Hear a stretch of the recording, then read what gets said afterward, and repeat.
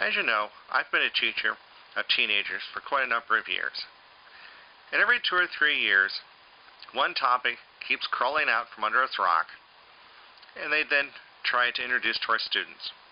And this, of course, is the notion of sex ed. And the reason that I balk at this is not so much the concept of sex ed, but in terms of what they're doing.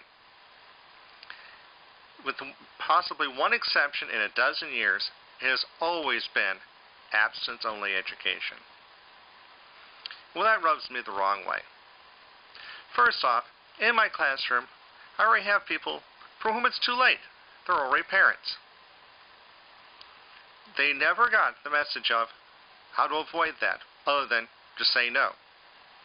Well, hey, it works for drugs. Why not for sex? But it raises even larger issues. By making it abstinence-only education, it violates the whole notion of a school's job to impart knowledge. You know, the old phrase, knowledge is power. Well, except for that part of knowledge. Having that part of knowledge of how to protect yourself actually takes away your power. That doesn't make any sense. But yet that's the message they give. Why would it be that teaching people how to protect themselves is in some way dangerous? Or consider this nugget.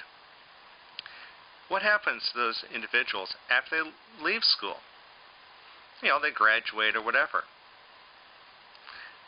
Are they still going to maintain that abstinence-only attitude? At what point are they going to learn how to protect themselves, even after they do get married? You know, are we basically creating a bunch of ignorant people that even when they do get married have no idea how to protect themselves from disease, pregnancy, and so forth? You know, there's something not right here. I would say that comprehensive sex ed is a must. Also, I'm a parent, and I embrace that notion in terms of age appropriate. I'm certainly not going to tell my 8 or 9-year-old all the gruesome details about sex and everything like that. Just the whole notion that babies come from mama is sufficient. But I have a 16-year-old daughter. She needs a little bit more information pertaining to how to protect herself and so forth. There's another aspect in this. They've been looking at abstinence-only education as opposed to comprehensive education in research for some time. It's interesting how the American Medical Association, the American Academy of Pediatrics, the American Psychological Association, and a whole litany of professional organizations say that comprehensive is the way to go. So why do we not do it? Because we have religious organizations who believe that sex is evil. And worse yet, what happens when they get into power? Always remember, if you take the government's money, you have to play by their rules. And for a dozen years, the rules were, thou shalt not. It was written into Title V and other laws that it had to be abstinence only for a dozen years. Which might explain why I have a number of, teenage parents sitting in my classroom. Oh, and to be fair, I'm not just talking about the mothers. I'm talking about teenage fathers, too.